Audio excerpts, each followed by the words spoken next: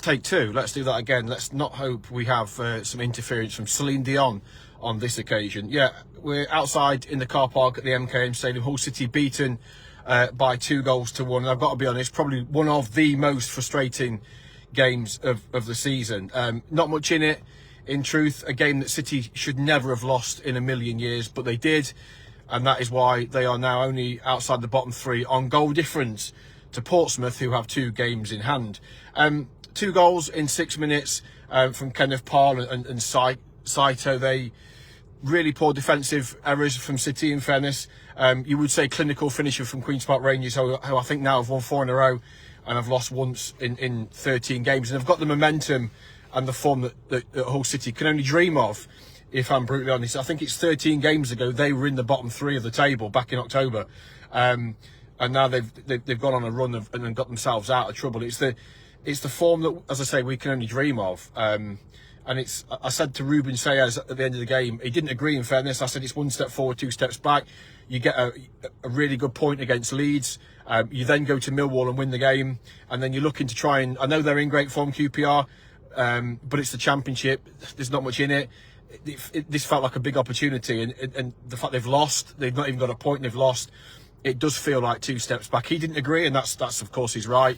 That, he felt that the team played well, but it was both boxes where they weren't clinical enough, and that is ultimately the story of Hull City's season. That is why they are deep in relegation trouble, because they just have not been good enough in both boxes. One of the highlights, I've got to say, was, and if you were still around to see it, Joe Gelhardt on his 100th career appearance, on his first start for Hull City, a sumptuous volley from 20 yards out, looped over the goalkeeper and into the roof of the net. That did give City hope at 2-0 to 2-1, but there was to be no repeat of that the Leeds heroics of a few weeks ago, and they indeed lost the game. As I say, you kind of coming away from it thinking, how on earth have they lost it? I know we're biased, but I'm struggling. I can't sit here and go, look, QPR were brilliant. QPR deserved to win. They were much the better side, because they weren't. There was barely anything in the game. City had some spells when they were on top. QPR had a couple of spells when they were on top. It was a really, really even game. I agree with Ruben about that. But look, they were really, in some respects, the first goal, they were really unlucky. They got cut open. Jones made an absolutely belting block on the line. It ricocheted off a couple of City players straight into the path of Parr, who stuck it in the back of the net. That came just after Rushworth had made a really good save, diving away to his left. And the second goal, which killed the game, obviously, it put the game beyond doubt, really. They were done. Drame needed to do better. Alzate could have done better. And it was smacked in at the near post. Really good finish. Maybe I haven't seen a replay, so forgive me. I always think goalkeepers at the near post would not want to be beaten. And I'm sure Carl Rushworth would be of the same opinion. But as I say, I haven't seen the replay. I've had plenty to do, so I apologise in that respect. But it is just frustrating, isn't it? Because they just cannot get. I know this season's a nightmare. We all want it to finish with them, outside the bottom 3, and let's just get the season. Let's forget it, because it's horrific, isn't it? Let's be honest. It's a shambles, and we want it done and dusted as quickly as possible. But it's just frustrating, because there's so much good about what they do now, about their shape, about the way they play some good football in the first half. Thought João Pedro looked leggy. He couldn't really get in the game, and they are at times they can, particularly at home, they can be very one-paced with Pedro up front, and it looked like at times tonight. I thought they looked a bit better going forward when Gelhardt drops a little more central. Obviously scored a great goal, and that should do him the world of good. It's his first goal in a long time, and that will be a big help. But we've said it how many times this season on these bloody videos, that in this damn car park as well, that their home form is just awful. They've got the worst home form in the division, and if they are going to survive, and it's going to go close. Look, we all think they will survive. I've said for months and months and months that I've under the former manager, I felt like they were sleepwalking into a relegation battle while they're in it, and they've got to fight on to get out of it. But if they're going to get out of it, they're going to have to improve here. Their away form under Ruben is good. Back-to-back away wins, back-to-back clean sheets. It's going to be tested on Friday night at Bramall Lane, of course. But they've got to improve here, because the form here is just so bad. And look, we can all criticise the supporters for. I mean, the MKM Stadium was 19,000 here tonight. We got 500 from QPR. Horrible trip on a Tuesday night, and it was really flat. And there were times in the game where the fans tried to get behind the team and get them going, but it was really flat from kickoff. And I get it, because I know Ruben is lifted the mood of everybody, etc. But their form here is still. Fans are turning up here expecting to not see their team win, because they don't win games here. 2 wins all season is pathetic, frankly. It is absolutely pathetic in a league that's bang average, and City should be doing better, and they should have done better tonight. And we can make all the hard luck story we want. We can say, oh, they played well in parts, but they ultimately, defensively, they weren't good enough, and in the penalty area at the other end, they were not good enough. And that is why they're third bottom. And if Portsmouth win their 2 games in hand, they'll be back in the bottom 3 and they'll have a problem. Luckily, Luton lost again tonight. Away at Oxford, who were suddenly playing like Brazil under Gary Rowett. Derby County beaten at home again. Paul One's under massive pressure that some of the fans want him gone. Will David Clowes make a change? The feeling at the minute is no. But obviously, if results keep, if Derby keep losing football matches, they may well make a change, and you have to wait and see what impact that has. City have got to start winning football matches. You can rely on other teams being rubbish, and Luton are rubbish. Cardiff have been rubbish, but they battered Swansea, and fair play, they've come from 2-0 down at Millwall to get a point last minute. But Portsmouth have been rubbish, Derby are rubbish, Stoke are rubbish. There's a lot of rubbish teams, but equally they would turn around and go, well, Hull City are only outside the bottom 3 on goal difference. They're equally as bad. So, but Stoke is the next home game here, and that is must win next Saturday. That is an absolute 6-pointer. They have to win that game, and we can't keep sitting here and going, well, if only they'd have done this, if only they'd have done that, because they'll be in League One. That is the reality of when you are in that situation with games running out, and games are starting to run out now. They have got to. Players have got to step up and start taking responsibility. Cody Drame's got to do better. Alzate, we've praised him enough, Alzate, and he's been fantastic, but he's got to do better.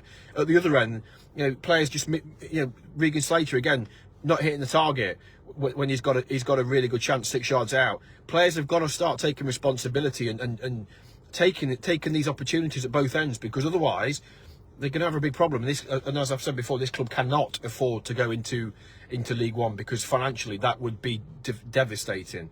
But as I say, there are things to be optimistic about, but it's hard, isn't it? When you let's be honest, you lose to an average. QPR are in great form, but they're an average Championship team, like so many others in this league. And City really need to be. Luke, I'll come to transfers in a minute. They just get something out of the game. If you can't win it, don't lose it. And that is, as I say, it's 11:30. I'm not going to waffle on for too long tonight and keep making the same point. I think if you've watched it, you've been here, you've listened to it, you've followed it, whatever, I think we'd all agree that was a game that they should never have lost. But they lose games, and that's why they are where they are. There were, as I say, I thought Gelhardt did all right in spells. His goal was wonderful. Harry Vaughan was decent in the first half. A couple of lovely mazy runs. Needs to find his finishing. That's one thing that he just hasn't got, is a finish. He faded badly in the second half and was taken off. But I thought he was really bright first half, really encouraging. What happens to him now remains to be seen, because of course there's players coming in, which we'll get to in just a second. But as I say, his performance in the first half was really encouraging. Louis Coyle was out tonight. If you've seen the pictures on social media, and they're not for the faint-hearted, the gash he picked up the double gash he picked up at Millwall on Saturday, he's got to let them stitch his heel. But he could be back for Friday night. So Drame was in for him. Kamara was not involved. He's got a slight hip problem, but they don't think it's too problematic, and he should be okay for Bramall Lane on Friday. And Burstow was dropped to the bench tonight. I felt like that was the obvious change anyway, but I think in the last few days he's been I can't even speak. He's been feeling a little bit under the weather. So that's where we are with that. Obviously, no Ryan Giles, no Ryan Longman. Giles is off to Middlesbrough. We're just waiting for confirmation on that. Longman's got the choice of Wrexham or Oxford, although I was told earlier Wrexham haven't actually lodged a formal bid. Lots of speculation about Wrexham and Ryan Longman, but as of that could have changed. Well, obviously we've been focused on the game, but my information earlier was that despite Wrexham's interest, they hadn't actually lodged a formal bid, and Ryan Longman was due to have a medical at Oxford. Bedia and Machopi are off, going. Xavi Simons was on the bench tonight, but there's strong interest in him from AIK in Sweden. Obviously with signings coming in midfield, Ruben's been pretty obvious on that he may struggle to play. Sorba Thomas winger is ongoing. The cynic in me says the longer that goes on, the less likely that is to be done, given it's been going on for pretty much the majority of January, and none want him to stay, and I can't imagine they'll be too impressed and wanting to do business with City, given the fact that City are on the cusp of signing Elliot Matazo from Monaco, who they also wanted. Matazo was here tonight, and so was Lincoln Henrique. Both watched the game from the chairman's suite with Ajun. Carl Joseph was obviously here as well. That's done and dusted. He wasn't, for those wondering, that deal needed to be signed off by everybody before 12 o'clock on Monday, and it just wasn't done in time. I think they were waiting on one signature, so that wasn't done in time, hence why he wasn't involved. Had it have all been done, he'd have been on the bench tonight, make no bones about that. He'll be in the squad on Friday in Sheffield.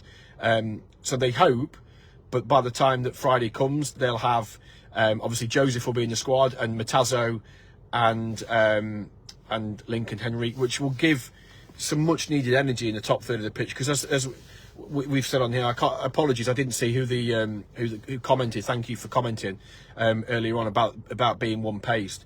They are one paced, and particularly second half at times. They, in that middle third of the second half, they started really well in the second half, but then lost their way. Obviously the 2 goals changed it, but they do look one paced at times, and that is frustrating. I think they can be quite easy to defend against. They don't really get in behind the opposition, which is a frustrating thing, particularly with obviously Kamara not being involved tonight. You haven't got that ability to get in behind. But I think Carl Joseph is that it will provide that threat that you can sit the ball in behind. He will make defences maybe perhaps defend a little bit deeper.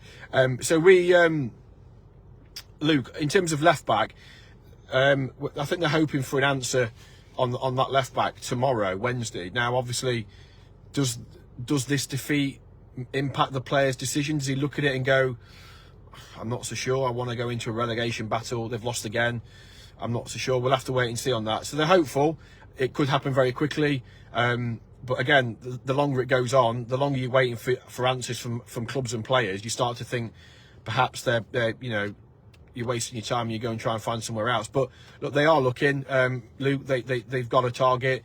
Hopefully that'll become a little bit clearer tomorrow. The Sorba Thomas thing, we'll have to wait and see.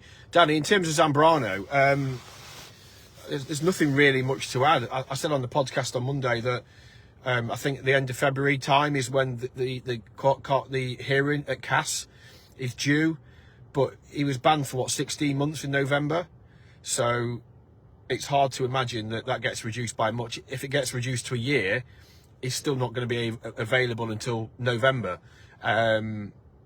Is he? So, and he's only on loan at City until the end of the season. So they then have a decision to make. Do they pursue that deal and try and get him on the cheap?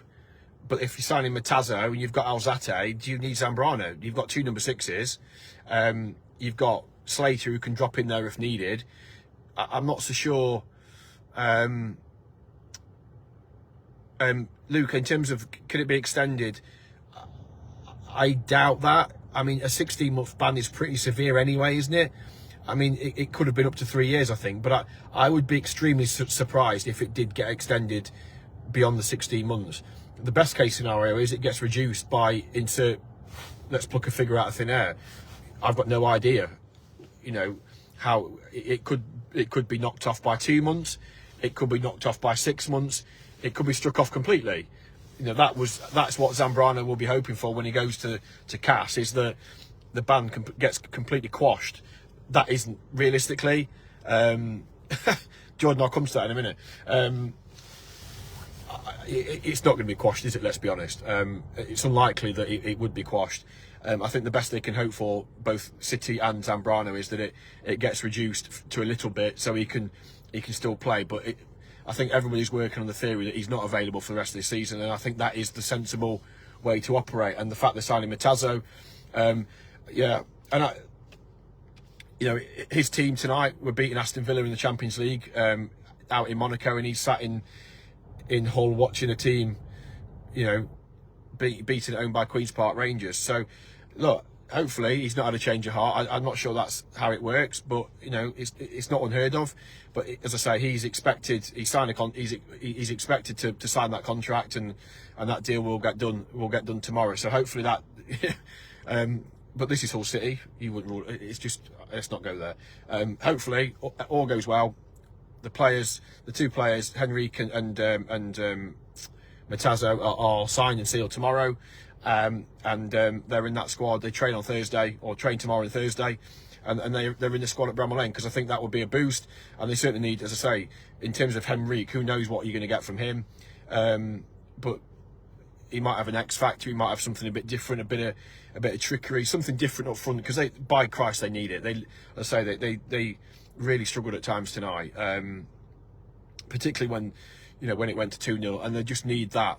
They need that, somebody to put the ball in the back of the net. You never feel, I know they scored 3 against Leeds, so you might say you're talking nonsense, but you never feel with City they're going to go out and get 1 and get 2 and put the game to bed. Well, yeah, Tony, exactly, yeah. Thomas Asante, we were told it was a done deal. I remember being in my bathroom at home, and I get a phone call to say it's done, it's all done. This is how much we're paying. Sorted. He's coming to the game tonight. Job's a good one. And then bang. I tell you what, I shan't forget seeing the following morning that it was off and he was going to Coventry. Honestly, but that is transfers. That is when you report on things, you take your information at face value, and you believe what you're told, because the people that are telling you are the people involved in the negotiation. So you kind of, you believe that is the case. And obviously that one with Thomas Asante, we all ended up with egg firmly on face, didn't we? So but they were here tonight. Let's hope that is that doesn't happen. God help us. Luke, in terms of any more for Friday, I mean, you're going to have, or if everything goes to plan, there's going to be 3 new players in the squad, as we've touched on already. The left back, if it gets done quickly, potentially. But what are we on? Coming up midnight on Tuesday night, it would be a stretch, particularly to get a player that's not actually agreed yet to come in and start, and it will certainly be in the squad. But you never know. You never. That's not. You never know. Jamie, in terms of Lewis O'Brien, no. Look, he's a player that City have looked at. Of course he is. Any Championship team would be looking at a player of his quality, Lewis O'Brien. But they're signing Matias. They're paying a lot of money for him. They're investing in a lot in him, obviously on a long-term contract until 2029. They're not going to be signing Lewis O'Brien as well. For the same reason, they wouldn't be signing Louis Barry and Sorba Thomas. They just can't do it. They can't afford to do it. And from the squad point of view, they can't do it. And you've also got to bear in mind as well that, I know we're in January, but the season will go very quickly. And when we get to the summer, you're going to have Liam Miller back and Mohamed Baloumi. Well, hopefully at some point in the summer, ahead of the start of next season, depending on how their respective recovery goes, you're going to have those 2 back, and they are big assets. You've paid an awful lot of money for those 2 players, so they've got to be careful not to go too big on. Obviously, they need players now. They need players to come in now and keep them in the league. But equally, they can't spend shed loads of money on players that are going to, and end up having 4 or 5 wingers on long-term contracts you've paid a lot of money for going into next season, because that just isn't going to work. So it is a fine balancing act, and they've got to find a way of getting players in now that can impact now, but also you've got to think long-term, because financially you've got a plan. Luke, Slater, it's funny, isn't it? Because I thought, Andy, the referee was garbage tonight. Benjamin Speedy, it was his first. I think it was his first Championship game, and his first Hull City game since I think Blackpool away in the League One promotion season of 2020-2021. I thought he was poor tonight, and I'm not just saying it because they've lost. I'm pretty fair with referees. irrespective of the result. I thought he was poor. I thought some of his decision making was really strange. There was a moment early in the second half when Rushworth got clattered and he took an age to blow his whistle, and there was I just thought he was really poor, and it looked, I don't want to be too critical, but I thought the step up, he struggled with the step up. Not very good tonight. I agree with you on that, Andy. In terms of Regan, I thought he was very good at Millwall on Saturday. His driving runs, his driving run and cross created the winning goal. I thought he started really well tonight. He obviously had the chance in the second half, 6 yards out after Gelhardt had seen a shot blocked. He snatched at it on his left side and didn't hit the target. Look, I think we'd all agree that Regan is a player that should be doing better in terms of his goal output, because he gets. I never think you can fault his effort. I never think you can fault his energy. He works really hard. He's got drive. He tries to get the team up the pitch. His energy, his ability to carry the ball and therefore carry the team up the pitch. But look, you can't shy away from the fact that a player playing in that attacking role has got to score goals. And City are a team that don't score goals. But I think you can point the finger at so many of them. And I think Regan becomes a bit of an easy target at times. And perhaps maybe he might get a spell out of the team when the new signings are fit and ready to come in. That might just be, that might well happen. But I like Regan, and I think he's just a player that gives his absolute everything. And sometimes it comes off, and sometimes it doesn't. And Saturday, thought he was very good at Millwall, as I say. Thought tonight maybe perhaps not his best his best display, but not for the want of trying. And he really, like I say, for a player like Regan that gets into so many great positions, he doesn't score enough goals. And Danny, I agree. The whole team don't score goals. We've said that all season. You can count on one hand how many times they've scored more than 2 goals in a game. It isn't very many. 2 of them have come under Ruben with the Swansea win, and of course the 3 against Leeds. Although in fairness, 2 of them were worldies from Abu Kamara. The team, you don't get any goals from defense. You don't get any goals from your centre halves. Hughes didn't score. Alfred Jones doesn't score. McLaughlin doesn't score. Louis Coyle doesn't score when he was involved. Matty Jacob doesn't score. You look across midfield. Puerta scored against Doncaster but doesn't score. I mean, like tonight, first off, brilliant back flick to Vaughan, who runs on, gets fouled by Smith, by the way. How he's not booked in for that. Blatant, cynical foul on the edge of the penalty area when Vaughan's going in, bearing down into the box and on goal. Terrible decision. Puerta's got a free kick, wide left, real opportunity to at least hit the target, sticks it in the north stand. Puerta's doesn't score. Alzate, he's a defensive midfielder, but again tonight, didn't hit the target from the edge of the box. Good effort, didn't hit the target.